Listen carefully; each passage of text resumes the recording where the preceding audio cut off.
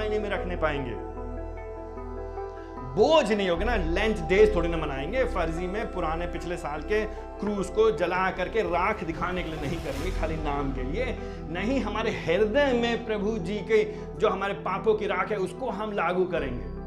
हम अपने पापों के लिए पश्चातापी होंगे, खाली 40 दिन नहीं ईस्टर आने से पहले, लेकिन हम संपूर्ण साल भर जब अवसर होगा तब अपने पापों के लिए पश्चाताप करेंगे और उसके सामने आके कहेंगे प्रभु जी हमको बदलिए।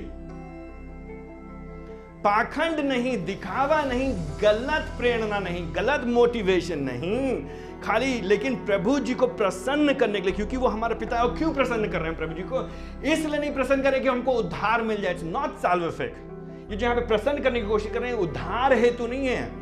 उद्धार तो मिल गया, दे दिया उसने, अपनी दया में होकर के हमारा उद्धार कर दिया, मोक्ष हो गया, मिल गया, खत्म, डन।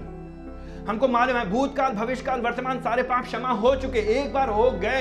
ये ऐसा नहीं है 40 दिन बहुत बढ़िया वाले दिन है कि ज्यादा पाप क्षमा होते हैं अगर हम इन 40 दिनों में हम पश्चाताप करेंगे और उपवास रखेंगे। लेंट डेज में कुछ स्वयं में कुछ पवित्रता नहीं है इन दिनों में, इन स्वयं के दिनों में कुछ खास बात विशेष बात है नहीं।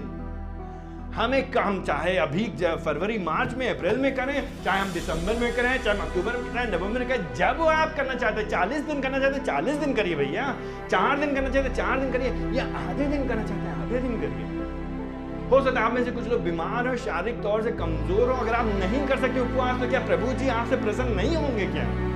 आपकी शारीरिक क्षमता पर निर्भर करता है। कुछ लोग बीमार होते हैं, कुछ लोग के अंदर डायबिटीज होती है, कुछ लोग नहीं कर सकते, तो फिर वो क्या करेंगे? ये सब गैर मतलब की बात है, ये चीजें नहीं है। मुख्य बात क्या है, क्यों कर रहे हैं, क्या कर रहे हैं, इच्छा क्या है? उद्धार के लिए नहीं, परमेश्वर को हम उसको अपने वश में करने के लिए नहीं, लेकिन किस लिए? उससे प्रतिफल पाने के लिए। क्या प्रतिफल हम पाएंगे उससे? क्या प्रतिफल मिलेगा भाई? एक बात हमको हमारे एक पास्टर थे, एक टीचर थे, बार बार कहते थे हमसे, there is nothing we can do to make God love us more, there is nothing we can do to make God love us less.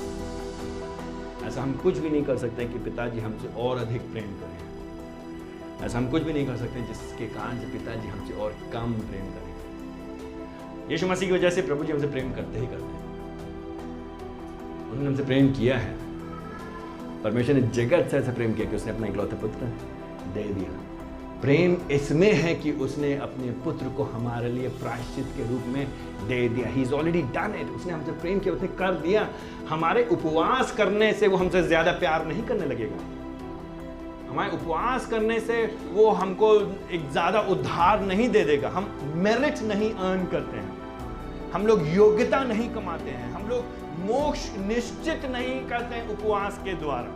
हम स्वर्ग में आगे की कुर्सी पुख्ता नहीं करते हैं। हम 7 जो लेवल्स ऑफ हेवन हैं, ऐसा है नहीं। पहली बात ऐसा है नहीं, मनगढ़ंत बात है। तो ये नहीं कि हम 7वें स्वर्ग के 7वें कुर्सी के प्रभु यीशु मसीह के सिंहासन के सबसे आगे बैठेंगे अगर हम हर हफ्ता उपवास करेंगे। ये सारी बात नहीं। तो फिर हम क्यों उपवास करते हैं? हम प्रभु जी से प्रतिफल पाने के, जो गुप्त में देखता है, गुप्त में, क्योंकि वो सब जगह है, दुनिया नहीं जानेगी, वो तो जानता है हमारे हृदय को।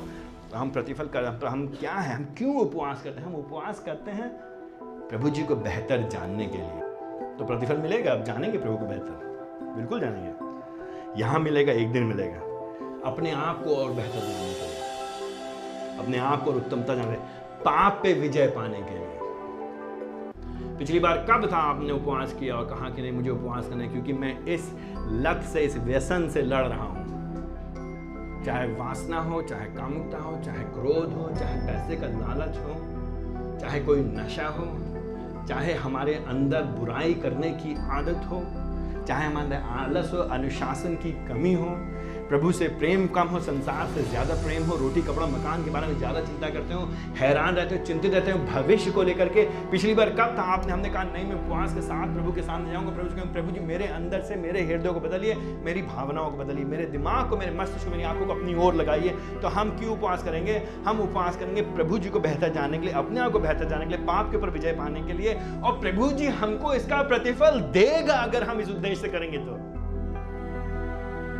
हमारे पिता ना, उससे अगर हम रोटी मांगेंगे तो हमको पत्थर नहीं देगा, अगर उससे मछली मांगेंगे तो हमको सांप नहीं देगा, अगर हम उससे कहेंगे प्रभु जी हमें पाप पे विजय चाहिए तो हमको पाप पे विजय प्रदान करेगा। अगर हम उससे कहें प्रभु जी हमको रोटी कपड़ा मकान के चक्कर से जंजाल से छुड़ाइए बचाइए, तो प्रभु जी बदलेंगे हमारी मानसिकता को। क्यों नहीं बदलेंगे हमारी मानसिकता को? अरे भैया हो नहीं पाता। कैसे नहीं हो पाता? क्यों नहीं हो पाता है? क्यों नहीं मानसिकता बदलती? क्यों नहीं बदलाव होता है? क्यों नहीं नया हृदय मिलता है? क्यों नहीं प्रभु के पीछे चलने की चाहते? भैया बाइबल पढ़ने का मन नहीं करता। क्यों नहीं करता मन बाइबल पढ़ने का?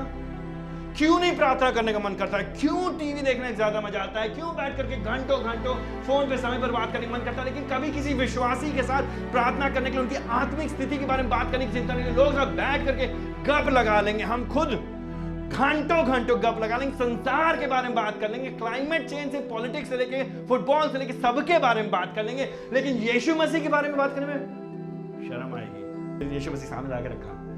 कौन से 3 परीक्षाएं यीशु मसीह सामने रखी शैतान ने? भूख, खाना, रोटी और सब लोगों के सामने वैभव, ये सब तुमको मिल जाएगा।